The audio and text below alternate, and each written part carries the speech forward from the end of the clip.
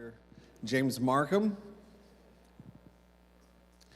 How many of you, this is your first session today, first seminar today?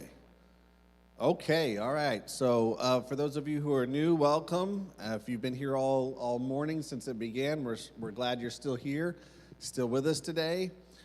Some changes on what we've been sharing with you in terms of our programming. Oh, there it goes. We have vaccinations and our plant forward sampling table and exhibits over here in this side of the building. We also have our screenings now on this side of the building. We've been telling you all to go over here on this side of the building for screenings, and the screenings are over here. HIV is still over on this side of the building, HIV testing. They do that with an oral swab. It's really interesting. And there's our prayer room on this side of the building. If you want to be prayed for or put on a list, our prayer list of someone that you want us to pray for, we'd be happy to do that with you. We've been asking you to go visit our exhibitors to fill in a little form that you received when you came in for a drawing for a $25 Amazon gift card. We're going to do that at the end of this presentation. We'll do our first drawings of the day. We'll do 2 of them. We're doing 6 in total, so your odds of winning are pretty good. Be sure to see our exhibit hall and get your name in for that drawing. And we'll be doing 2 at the end of every session this afternoon as well. And there we go. We're doing a blood drive. Hopefully you saw the big bloodmobile when you came in. The bloodmobile is saying, you know what, if we can get 5 donors, just 5 donors, we would be thrilled. They would be elated if they had 15.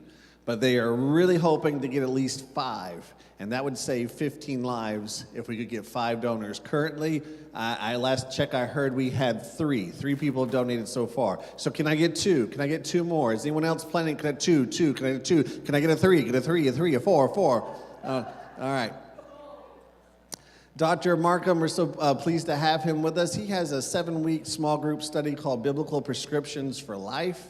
And it's a small group study we would like to do at this church if there's interest, if you would want to do that. If you just want more information, you can text Bible RX to the following phone number, 843-441-8664. 843-441-8664, Bible RX, and you should get an automated message back with some information on this class. And we will follow up with you if you text that number and let you just find out if you're interested in coming. I think that's all the time we have for our announcements, and we're going to try to do Q&A at the end of this session. And the breaks that we have between sessions are now a little bit longer, so hopefully we'll get a little bit more time for Q&A as a result of having a little bit longer break time in between. I think that's all we have, and so we're going to turn over the time to the person you came to listen to. Let's give another warm welcome to Dr. James Markham. Thank you.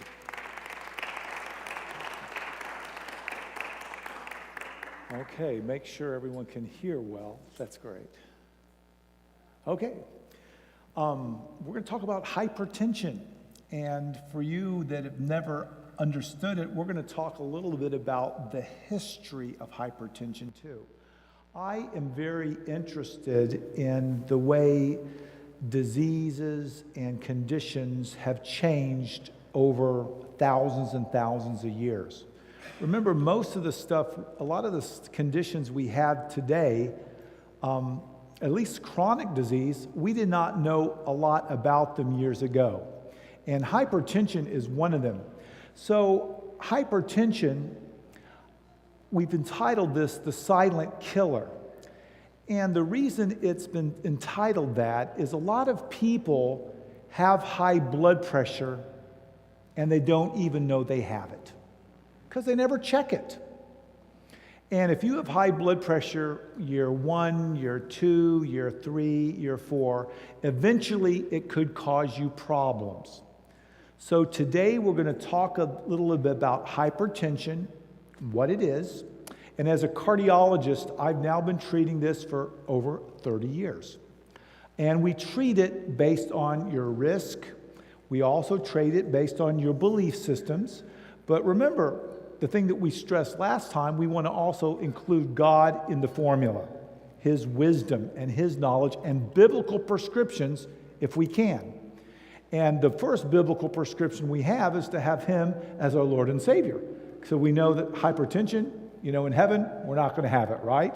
And we have that to look forward to, and thus that reassurance takes stress off the body, and when stress comes off the body, adrenaline and cortisol are lowered, and guess what? That brings down your blood pressure too.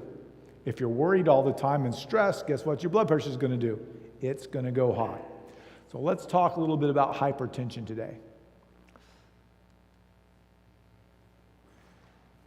Okay, whoops. Go back one. Okay, we'll go forward one.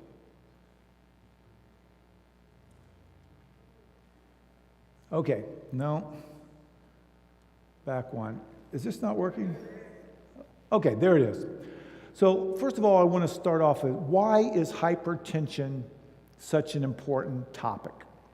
And let's not make it magical. Hyper means high, and tension means pressure.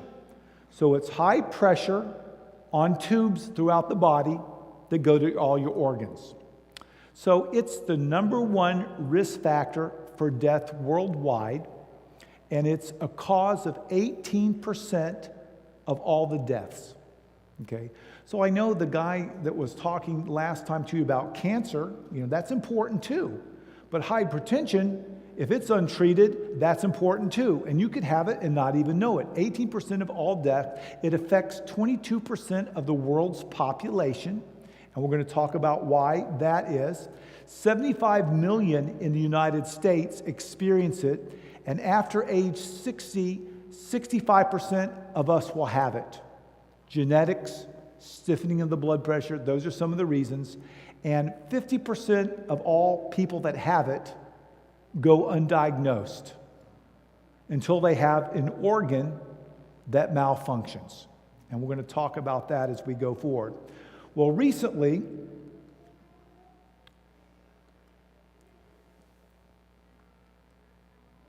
okay, let's go to the next slide up there since I'm not working. This is not working at all.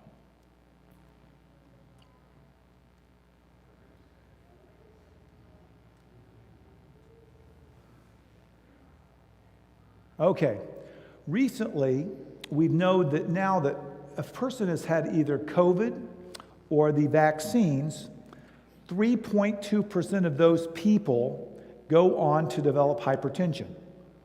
So there's something about this spike protein, and there's a picture of it, damaging the endothelium and raising blood pressure. That's high enough to be noticeable. Another 10% that get it have at least some elevation in blood pressure. We're still defining what that is, but if you've had either COVID or you've had vaccinations, make sure you get your blood pressure checked to make sure hasn't gone up and you haven't even noticed it. And here's the studies on the blood pressure after vaccination. And it says the pooled estimate proportion of increased blood pressure after vaccination was 3.2%. So that's a problem.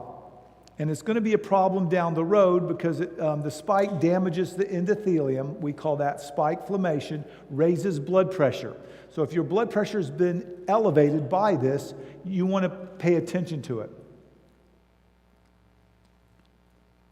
So hypertension, how does it hurt our bodies and how does it increase the death rates?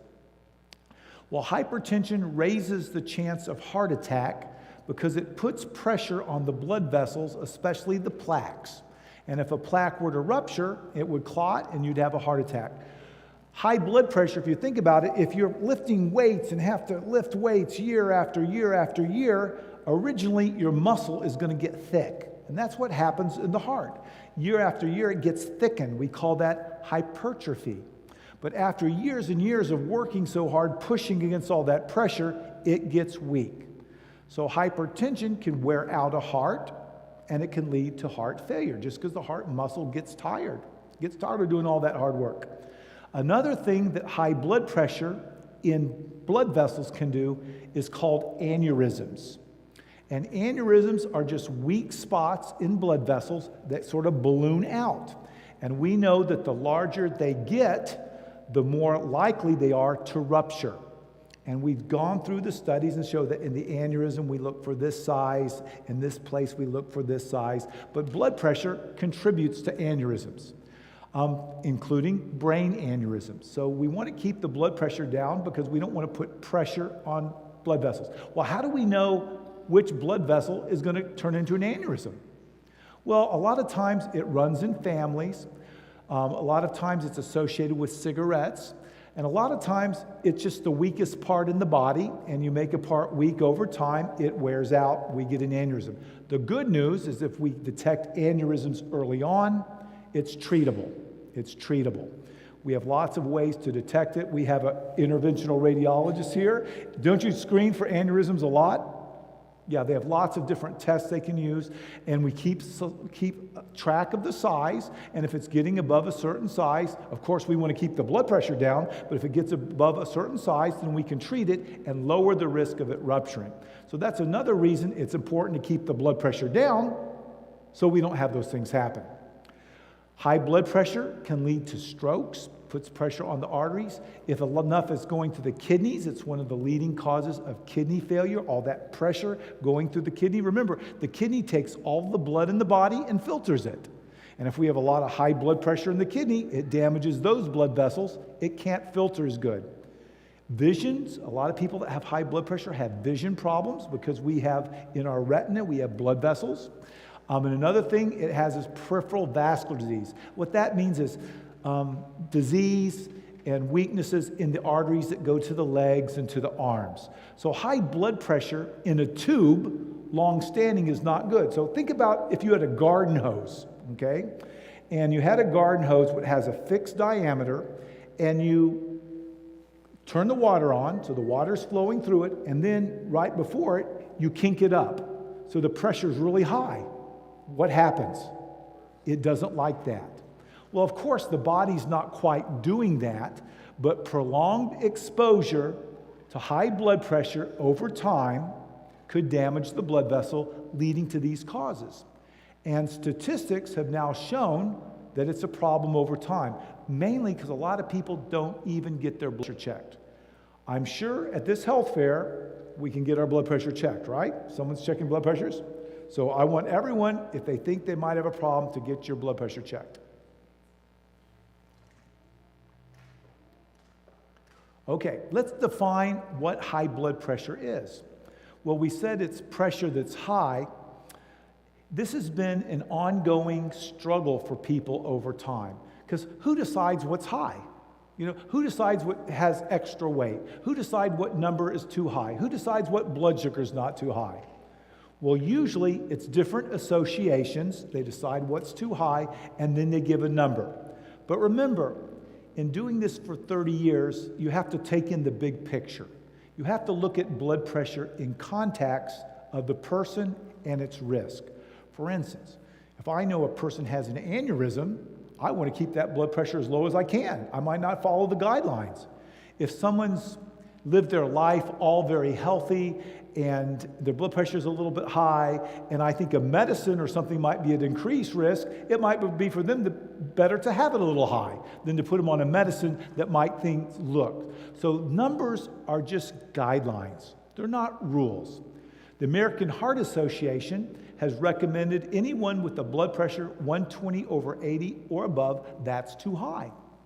Now 120, that's the measurement in the blood vessel when the heart pumps. Okay, that's the high one. When it relaxes, that's called diastole. That's when it relaxes, that's the lower number. So the American Heart Association says if you're above 120/80, you have high blood pressure. But over time, they've changed what you should do. Another one says if you're above 140/90, okay, then that's where we really should be doing something more aggressive.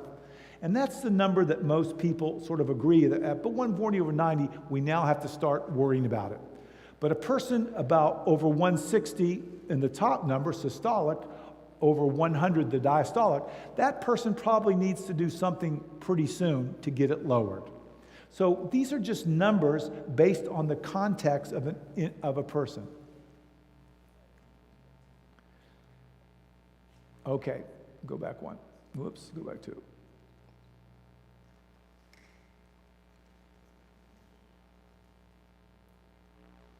Okay, so years ago, they called this high blood pressure hard pulse disease. That's the way they found out. And there you see the doctor there feeling the pulse in the arm. You look at him there, and he's feeling hard pulse disease. And the original treatment for this, they didn't have numbers. They just felt the heart beating hard. And of course, one of the things that they did, and this fella here is doing it, and it works, is bloodletting. Okay? If you take enough blood out of a body, the blood pressure will go down. But it will also cause problems with anemia and lack of blood. So that wasn't going to be such a good long-term treatment for high blood pressure, which they called hard pulse disease. And they did this for years. So someone says, well, let's not drain the blood out because that takes tube. Let's put leeches on people to lower their blood pressure. So for a while, they put leeches on people that had high blood pressure. And over time, they did this for quite a while, actually. They decided that that wasn't such a good idea either. So other things that they did, the early doctors, that would lower blood pressure, which is called would decrease in anger. Well, that worked, and that's still something that works today. Decrease in intercourse, decrease wine, that still works today. Decreasing meat, that works today because of sodium in it. Pastries and food, especially the rich foods that have lots of salt in it, that seemed to work. So all those things we're still doing today. An increased consumption of spinach. Back then, they knew something. They gave people spinach. Spinach has nitric oxide, which makes the arteries bigger and more flexible and lowers blood pressure. So spinach was a good treatment that worked, and vinegar. Well, vinegar didn't prove to help in the studies directly with blood pressure, but vinegar seems to help in absorption of certain things that aren't so good for you. So they weren't so off base on the spinach, vinegar, and some of the other things, but the bloodletting and the leeches, well, that passed on. So they did this for quite a few years with blood pressure. So from then, the next thing that sort of developed was William Harvey. And right after this, he wrote a book in the 1500s and 1600s called De Modo Cardis. And that was, William Harvey was one of the first physicians to describe blood vessels and what it does. Before that, we didn't know anything about blood vessels. You know, and look at that, wasn't that long ago, right? Look how many years ago was that? So for years and years and years in the history of the earth, we didn't know much about it. So it increased the knowledge, and he opened up a great field because all of a sudden we now knew that things moved through these arteries. They came back to the heart through the veins, and he described all of this, and that wasn't that long ago. Then after that, we look how this disease progressed. So Stephen Hales, he's the one on the left there. So Stephen Hales, he probably is wearing a wig there. He's the one in 1733 that first measured a blood pressure. He came up with the number. He first measured actually what it was. That wasn't that long ago. Richard Bright associated it in 1844 with kidney disease, and it wasn't until 1896 that this fellow here with the mustache, Stephen Riva-Rocci, developed what we use today to measure blood pressure, and that's called a sphygmomanometer. That's what we put around our arms, a sphygmomanometer. So now we could measure it. And then in 1905, Nikolai Kordakov there, the far guy on the right, he was the one that eventually figured out that we listen to the sounds to see what the blood pressure is on this device. That wasn't that long ago, was it? So now, all of a sudden, we now can measure something in the body, but this was before we remember, it was still called hard pulse disease. We're still figuring out, thanks to Harvey, that this is not good, all this pressure going through the pipes. So the next step was the British medical journey. And it seems like through the history of medicine, there has always been controversy on everything. But in those days, you were allowed to have open discussions about it. Nowadays, we're not even allowed to have open discussions. We're just told the way it is, you know. Your insurance will pay for it, that's the way it is. You know, Medicare will pay for it, this is what it is, this is what you get. But in those days, they sort of talked and bantered, and in the British Medical Journal about the same time, regarding the sphygmomanometer that was invented, one of the doctors says, "We pauperize our senses and weaken our clinical acuity." So around 1900, they were sort of against all this technology. They wanted to touch a patient, feel a patient, get to know a patient, and not depend on these, quote, newfangled devices. So there was a lot of controversy in the 1900s. And the reason I bring this up is because we can learn from history. History tends to repeat itself. Go back.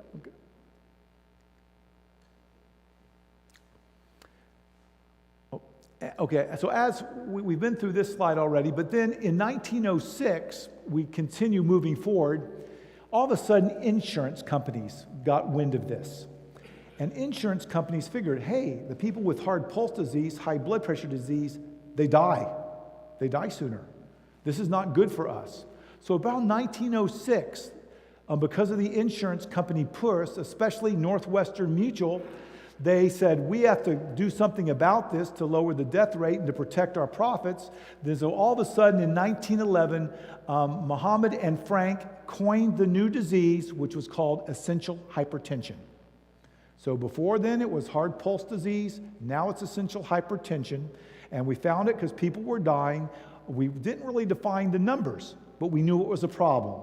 So look how long it's taken now. We have from 1500 to 1900 just to define this one disease. Interesting. We have a group that doesn't like modern technology, but a group also says, hey, it's causing problems. Let's look into this more. Then even more contrary. This fellow here is called William Osler. He was a very famous doctor. We've named a lot of things from him, like Osler knows. And he wanted to talk about high blood pressure, and it was getting a lot of press, sort of like some of the things we have in our news today. And he says, in this group of cases, it is well to recognize that this extra pressure is a necessity. He thought the pressure would go up for a reason. And sometimes it does. Remember, they were battling whether it's a temporary or all the time pressure. They were working through this as a purely mechanical affair. Get out of your heads, if possible, that this high blood pressure is a primary feature, and particularly the feature to treat. So William Osler, at one point, probably one of the brightest doctors in the world, was very much against high blood pressure. He thought, no, this is something that they're making up something that's not a problem. And years later, we find out that he wasn't entirely right, but he was entitled to his viewpoint, and it got a lot of press for many years, and because of his viewpoint, the disease moved forward very slow, especially in the treatment of the disease.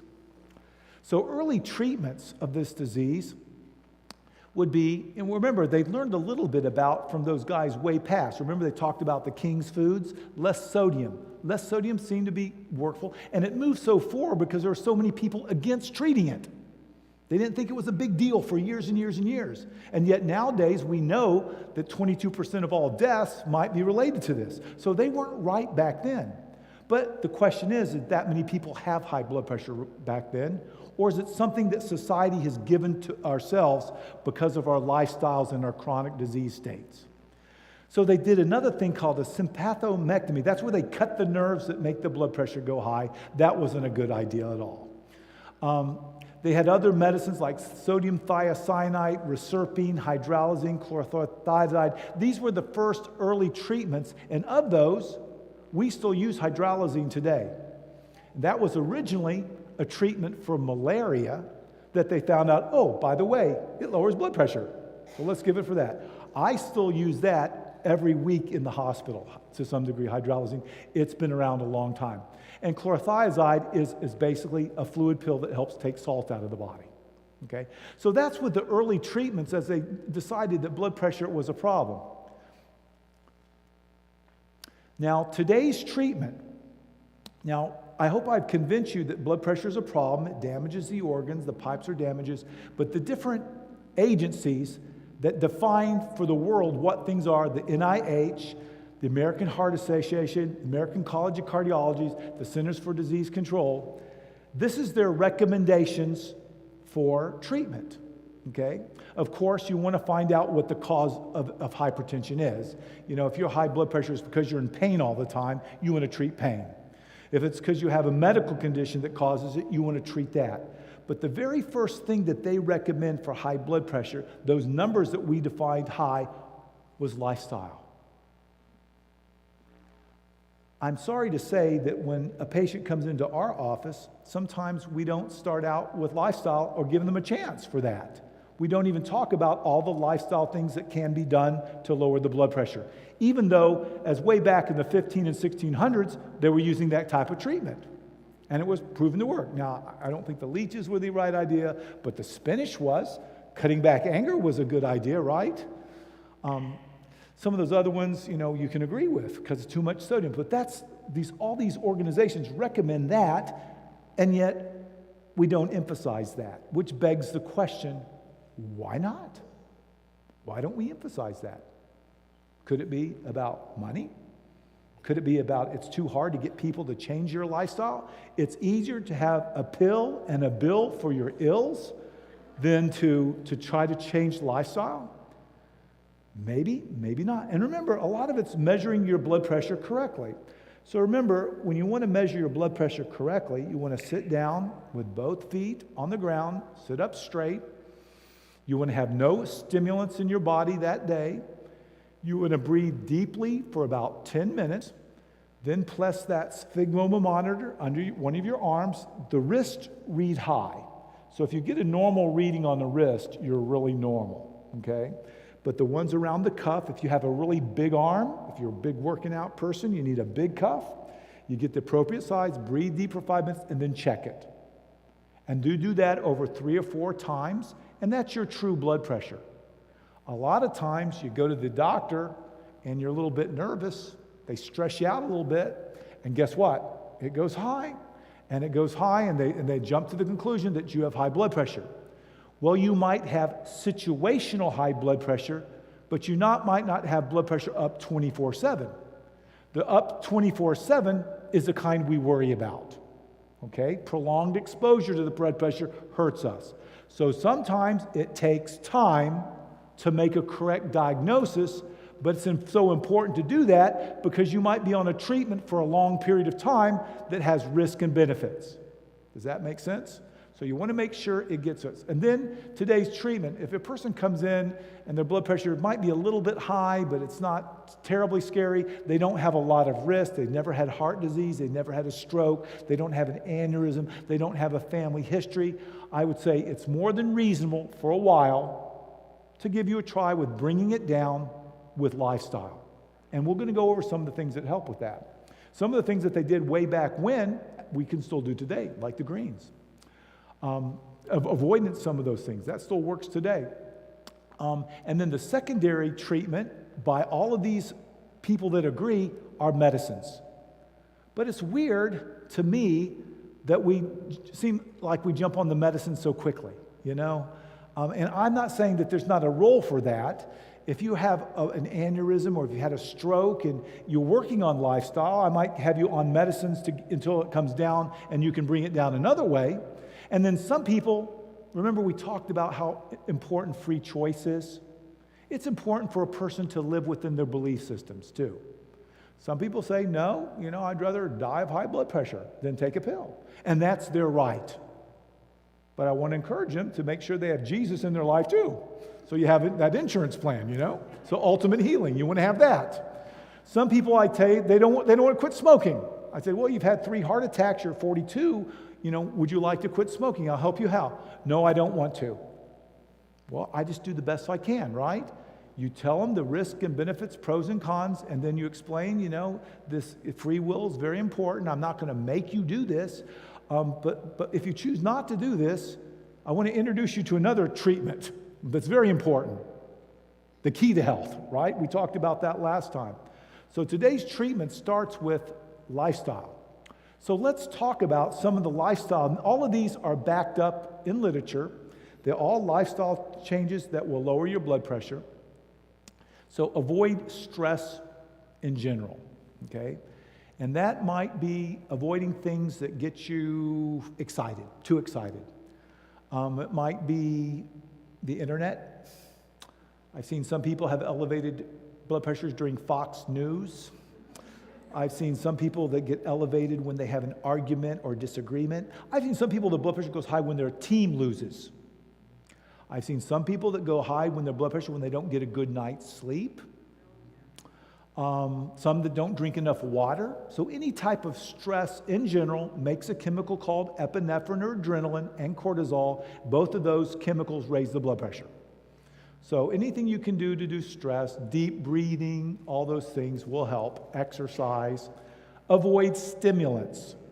Okay, remember, stimulants can be food stimulants. For some people, caffeine can raise the blood pressure. Licorice in some people raises blood pressure.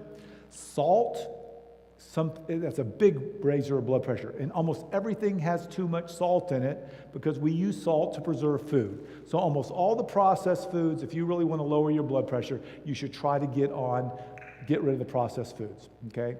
Avoid nicotine. A lot of people don't realize that nicotine, both the cigarettes as well as the chews, raise blood pressures. We've already talked about sodium, fat. Too much fat can raise your blood pressure. And a good intervention to lower it is exercise or just movement. There's certain foods that have been studied that lower it very, very well.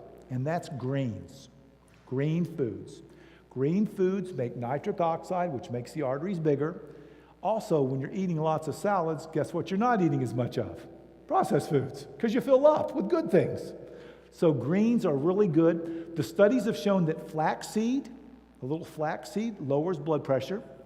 Hibiscus tea has been shown to lower blood pressure. Watermelon, kiwi, and grains are all things in the literature that have been shown to lower blood pressure to certain degrees. So the recommendations by all these organizations, if you have high blood pressure and you're in a low-risk group, to start off with lifestyle changes. Now, if you're in a high-risk group, then we might start off with medicines, but we might also give you the option, if you can lower it other ways, to do it too. And then if you had a belief system that wouldn't allow you to do anything, or another problem, for instance, there's one lady that came to me, she's 89 years old, and her blood pressure was 160 over 90, and she never had a health problem in her life. Her doctor saw that blood pressure, put her on a medication, and she started falling down because it would go low when she stood up. She broke a hip. So you have to decide which is riskiest, the medicine or the risk. So I said, listen, don't worry about it. You're 89. You got that way off. No medicines. You're low risk. I think the medicine is worse than the high blood pressure. But you have to see things in context. You just can't take a rule or a number or a situation and say, this is the path everyone must take. Does that make sense? You have to look at an individual, their context, their belief systems, their risks, then help them with their blood pressure. So lifestyle tend to focus more on cause. And we saw how many people now have high blood pressure. You have to think, well, you know, it's not sleep apnea, it's not kidney disease that's causing all this. Maybe it's this nutrition that we're eating. Maybe we're taking way too much salt and sodium. Maybe our society's stressed out. Maybe we're not moving as much. So lifestyle factors on blood pressure treats more cause. Medicines treat more of the symptom. You follow me? So if we can work on lifestyle, I think that's more of a holistic way of bringing blood pressure down than a pill, even though some people need it. That's called reductionism. So some people that have had heart disease and weak heart, aneurysms, strokes, they can't bring it down any other way. Yes, they do need medicines, but we try to pick the medicines that are the safest with the least amount of side effects. And we have lots of different medicines now to lower blood pressure. Now, there's few people, the ones I usually get are the ones that have other concomitant problems. They've had a heart attack, they have a weak heart, they don't want to make lifestyle changes, they smoke cigarettes, they don't want to give up their alcohol, and their blood pressure is still too high all the time. So I just have to work with them the best we can to bring their medicines down with the safest pill to put them at lowest risk. So even though they won't do these other things, that doesn't mean we don't love them and try to help them where we can, and then they make the decision how they want to handle their health and their lives. We say, we have a problem here, and I feel like saying, well, maybe I should, on this person, no, I don't do this, but I said, maybe we should break out the leeches again. But you just wonder, but you try to love them the best you can and just try to find chance you have to introduce them to ultimate. So lifestyle focuses on the cause. And we talked about the place for medications a little bit. And there are a bunch of them out there, and there's different ones every year. So when would I use a medication? Failure of lifestyle, okay? Some people have genetic conditions in their body. They just have stiff blood vessels when they get older, and they just don't get bigger, and medical conditions. The medical conditions I see most are probably obstructive sleep apnea, because when you have sleep apnea, you don't get enough oxygen at night. It makes your adrenaline level goes high, then that raises your blood pressure. Kidney disease is another one that's high on the list. Certain other medical drugs, pharmaceuticals for other medical conditions can also, in some instances like cyclosporin, that can raise your blood pressure too. So everything, when we talk about things, everything is risk, benefits, context, and your belief systems. Okay, I think that's all has to favor, all look at all those before we make a final decision on how to handle that. So over the years, they've had numerous guidelines. There's JNC 8 guidelines. And through the years, the last 500 years, everyone has always disagreed about what we should do for high blood pressure. It's been that way since the 1500s. It was that way in William Osler's time. It's still that way today. However, usually the entities that pay the bills make the rules. Usually that's just the way it is. And these medical associates, that they have these guidelines, and they say the numbers must be below this for you to be getting good care, okay? But I'm saying that their guidelines have a place, but also we have to look at the big picture too. We have to put an individual's needs in accordance. I do a lot of consultants from people that aren't around here. I was talking to a gentleman from Trinidad and Tobago last week. They don't have what we have here. Come on, you have to meet people where they're at, okay? We have to meet people at it. We use more medications than all of the rest of the world combined, okay? And I think the average person is on 2 or 3 medications a day, and we know that our health care is not the best in the world. It was ranking pretty low last time I heard it. And there's a lot of factors for that. Don't want to get into, but the high blood pressure has been controversial for years. It's going to be controversial from now on. But that's sort of my approach to blood pressure. But the big take-home picture today is get it checked. Get your blood pressure checked. Talk to your provider about what risk you are, and then based on your belief systems, decide how you want to handle it. You know, do you want to work on some lifestyle changes? And really, the lifestyle changes are pretty much doable, okay? And I've had several people that have a handful of spinach every morning. That lowers it much more than the people that were taking lisinopril or some of those other ones. I've had some people that will deep breathe and exercise, and that lowers their blood pressure better than beta blockers.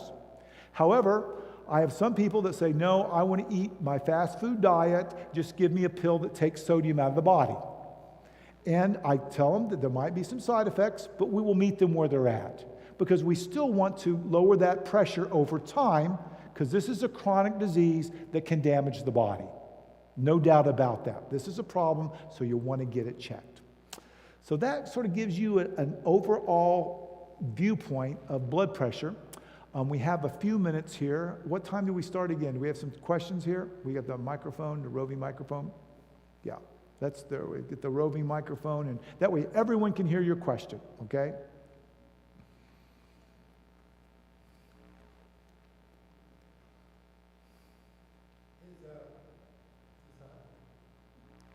Well, you have a good voice, so I think we all hear you.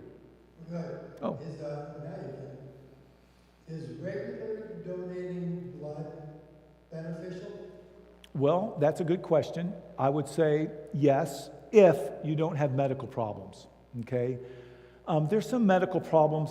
You've heard of anemia, okay? Some people on certain medicines, like chemotherapy medicines, for those people, people with weak hearts, it might not be beneficial. But if you have enough blood in your body, I think it's beneficial for two reasons. One is you get some of that blood out there. You know, a blood cell lasts about 120 days anyway. It's going to die anyway. You get it out there, and the body can replenish it and make some more. Your bone marrow kicks in a little bit. But, I think the big reason is it helps someone else. I think when you serve other people, remember we say everything you do has some physiologic effect. I think when we serve other people, that's beneficial to our health. It helps bring down some of the stress chemistry in our body. It gives us hope. So I think there's benefits that we can't necessarily measure if it's safe from the other aspects of your health. This is not a question. Okay. Chlorophyll is the same molecular structure as blood. There's one atom different.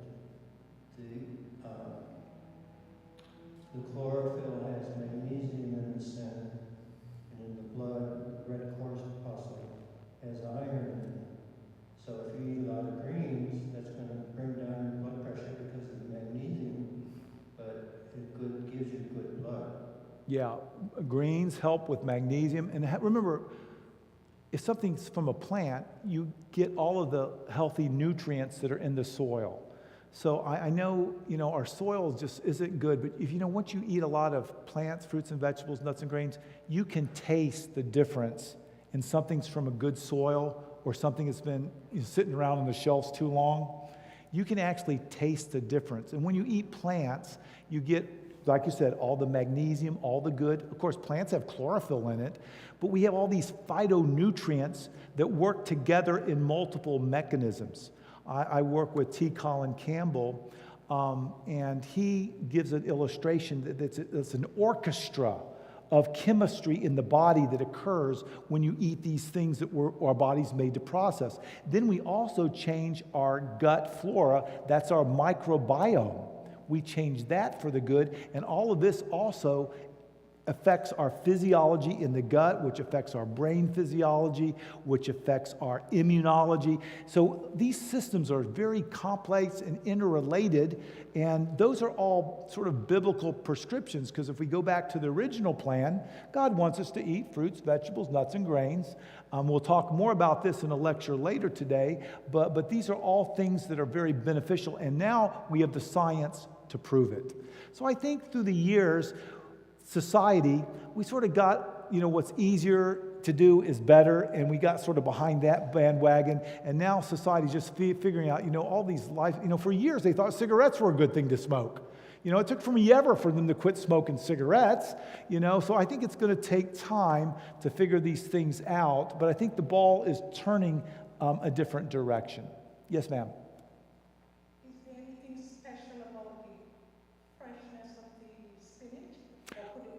I think, yes, it can be cooked, but the big thing that I tell people is just eat it, just like water. Everyone argues, is this water better, is that water better? Well, just drink it, it's much better than drinking soda pops and some of this other stuff. Let's look at the big picture. The big picture, whether you like it, if you don't like it fresh, cook it. That's still better than eating, some other things we could be eating, some of the fast food stuff.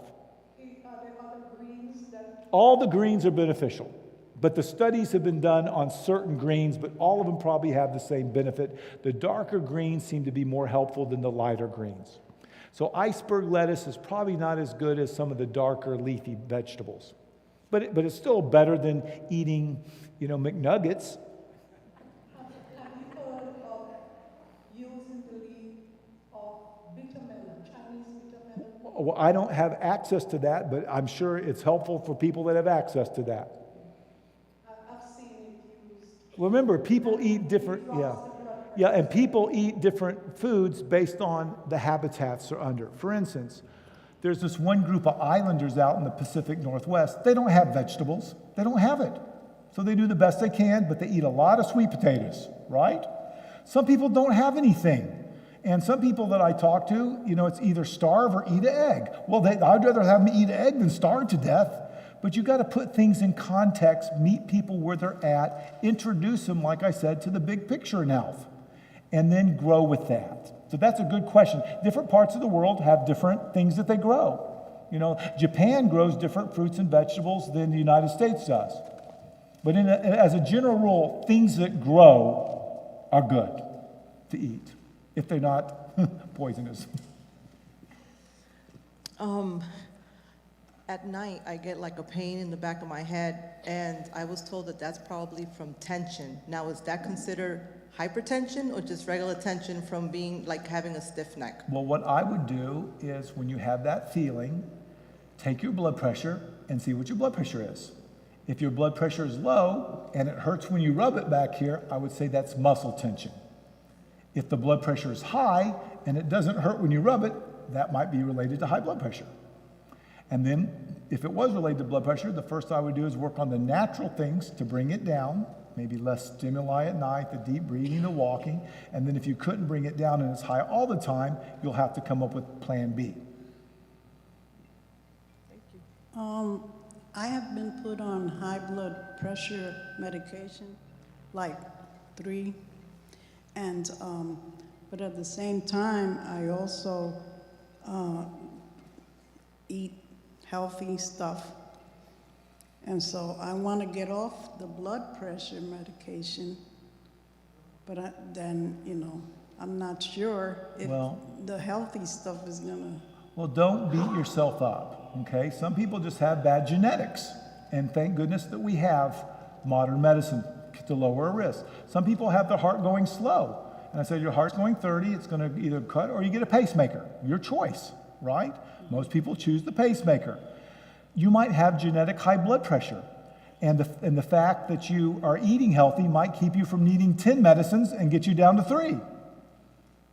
So each person is individual, and you want to pick the ones that have the least amount of side effects. But some people, no matter what we do, no matter what they do, they need it. Why do some people have health problems and other people don't? Some people just have bad genetics, and they get it. And some people need a little help, and you shouldn't feel guilty or bad about it. Is it true that if you get off of some medications that it could cause you to get? There's certain medicines, if you get off of it too fast, you can have rebound. Yeah. And the one that blood pressure does that the most is called clonidine. So if you're on clonidine or catapress and you wanted to get off of it, you'd have to ease that down slow. So several patients I have that say, listen, my blood pressure, I want to do it naturally. I've started walking. I'm eating better at night. I'm doing all these healthy things. I said, well, measure it at home when you're relaxed. And if it's consistently elevated, let's pick one medicine and try to, if it's consistently below the numbers, let's pick one medicine and try to wean you off. Some people we can do it, some people we can't. Okay, well, we have a few. What time do we start again, Pastor? What's our next talk? Okay, we got 12 more minutes, so let's if there are any more questions, we'd be happy. Most people learn more from the question and answers, I think. I try to answer as many questions as I think through the lecture, but a lot of people learn more from asking their personal question than they do from the talk. So any more questions? Yes, sir. No, we got to get the microphone to you.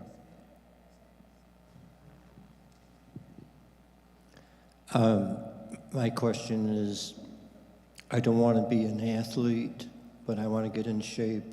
So what heart rate would be considered low? Like, I just walk, and I check my blood pressure in the morning, and the heart rate is like 60. Yeah. So, well, we've sort of talked that numbers are arbitrary. We want to look at numbers in context, okay? So if your heart rate's going slow and you're dizzy passing out, that's too slow for you, okay? If it's going too fast and you can't breathe or you're having chest pain, that's going too fast or you're getting fatigued early. So you want to go generally an exercise program where you gradually increase it up to a place where you can barely hold a conversation, keep that going for a few minutes, and then back down. And for some people, it might be a lot. Some people, it might be a little. For me, I start out on a treadmill in the morning, 2 miles an hour. I build up to 4 miles an hour.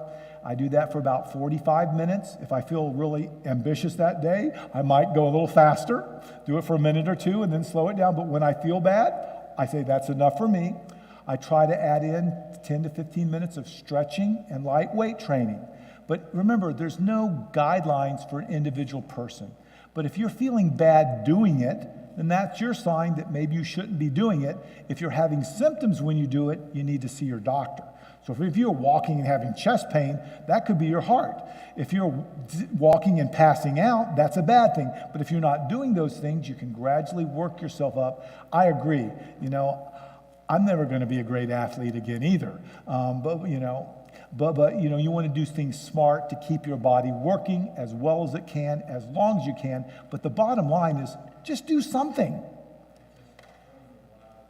Do something. Walk. I was in the islands, the Caribbean islands, and what they did is they all got together as a group and they walked in the morning. They just walked down a mile and they all walked back together. And that was helping their health. So you got to not get so bogged down with, all the numbers and that, then to say, listen, I'm going to find something that works for me. I'm going to talk to Jesus about it, and he's going to give me the power to do it, and I'm going to grow with it. I like to exercise when I'm doing scripture and sermons. I think that's great. I put my pods in, I listen to a sermon, I listen to the Bible on tape.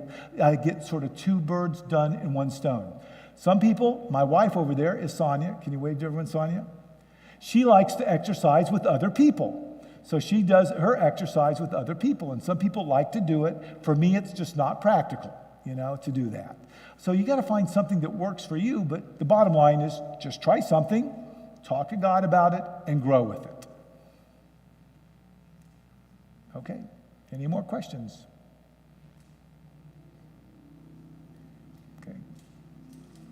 Okay, well, we will give everyone a break. I was over there eating some of those foods. They're excellent. I want to encourage everyone to go. You have some excellent chefs with recipes there.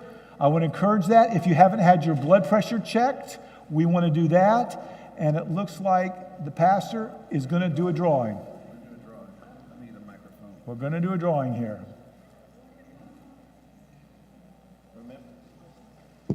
Remember? Testing. We'll use that one. Use the hot mic. Thank you. Can you give him a hand again, please? Before we began this presentation, I told you and encouraged you to do the Bloodmobile. I said we need at least get 5 donations today. Well, you heard and you responded, and there's people over there, so I'm shooting for 10. I'm hoping we get 10. If you donated blood, would you raise your hand real high? Be proud of it. I'm going to put you on the spot. Anyone? Yeah, let's give her a round of applause. A round of applause. Saved 3 lives today. We're giving away 6 Amazon gift cards valued at $25. If you went and saw our exhibitors and put your sheet of paper in here, we're going to do 2 drawings right now, and then 2 drawings at the end of the next presentation, and 2 drawings at the end of the final presentation. So, Dr. Markham, would you close your eyes and reach in there? How many do I pull out? This will be our first wiener. It is Bill Rogers. Bill Rogers. He just walked out. We'll make sure he gets it. We've got his contact Bill info. Rogers. He left his phone number there, so All we right. can. Yeah, we let got him his know. phone number. We'll text him. We'll call him. One more. Okay, we'll go down here. We'll get this one right here. It is Lauren Garrett. Lauren Garrett. In the building? Lauren Garrett. Not she, here, She left but- the phone number too. Good deal. All right. So make sure you see the exhibits at 3:30. We're going to have an instant pot cooking demonstration. Ooh, that'll be good. That will take place before your presentation here, your final one at 4 p.m. So why don't you take a break? Our next presentation here, you can maybe come forward and ask Dr. Markham some questions privately, but our next presentation is going to be at 2:30 here, 2:30 on diabetes. Okay.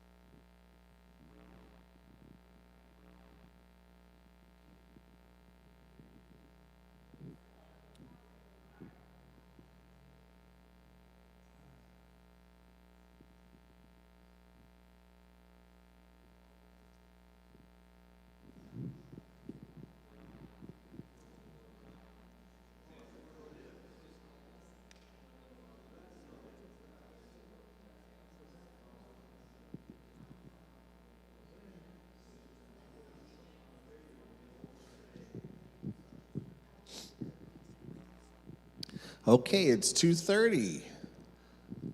So that means it's time to begin our next presentation from Dr. Markham from Heartwise Ministries. And he is going to be focusing on a topic that I know many people are interested in, because if you are in that range of struggling with blood sugar issues, and I've got family members who have type 2 diabetes, and my wife has type 1.5, and I was pre-diabetic for a long time, and I was fluctuating back and forth in my own life with my blood pressure being in the blood sugar being in the pre-diabetic to type 2 range. And I was able to get it back where it needed to be with lifestyle change. And so I believe in that. How many of you have been here all day? You're marathoners. Oh man, you're in it for the long haul. Thank you. Thank you for sticking with us for the whole day. How many of you are coming here for the first time? This is the first presentation. Thank you. Welcome. Okay, so if you are new to us, and if you are new to this building, if you need to use the restroom, you can find them down that wing. And down this wing, you'll also find our prayer room. If you want to be prayed for or want to submit a name for our prayer team to pray for, you can do that down that way. And then over here, in this wing, we've got our plant-based, plant-forward sampling table. How many of you have eaten some plant-based food? How many of you enjoyed discovering that food that's good for you can taste good?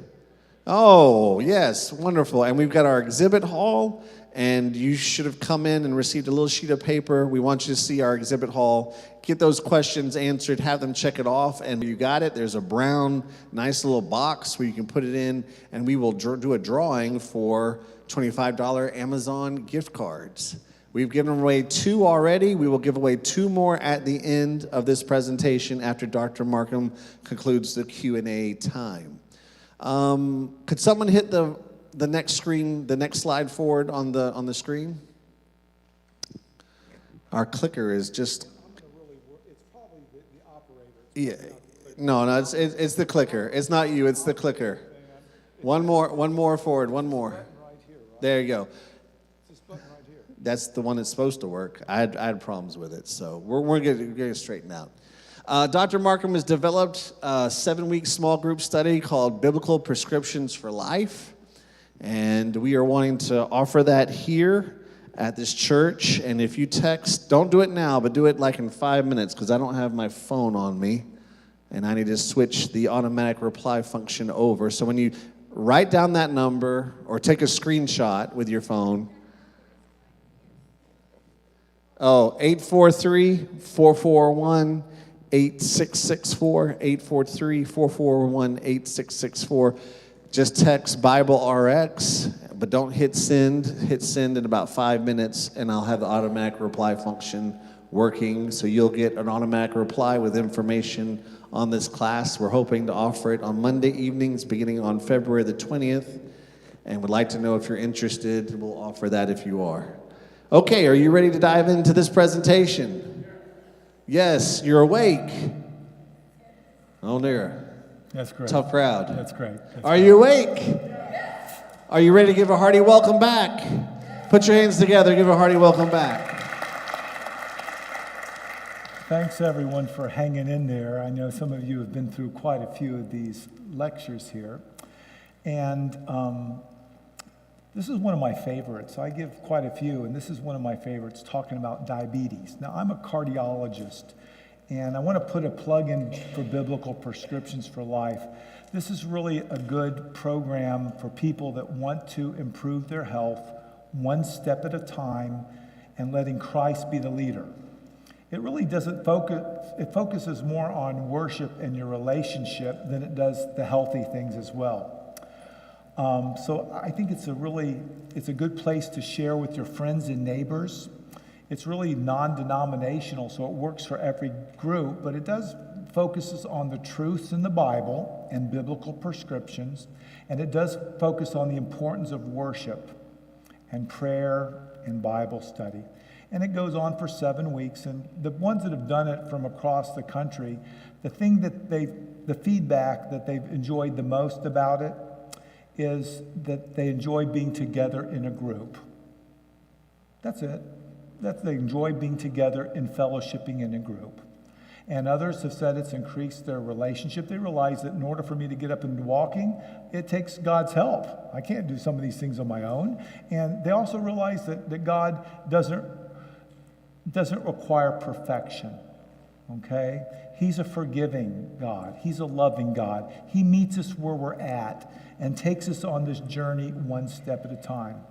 And I'm just said a good prayer that this will work for me here today. There we go, type 2 diabetes. But before we do, let's just bow our heads in prayer as we start. Father God, we want to invite the Holy Spirit to talk to us, to be with us, to uplift us, and to open our minds. Thank you for a day where we can worship, and we want to glorify you in our bodies and our minds. And just thank you for everyone here and for this church to reach out to their community. We're planting seeds, Father. Through the Holy Spirit, things will happen in great ways than we can ever imagine. Thank you this day. Amen. So I've entitled this Type 2 Diabetes.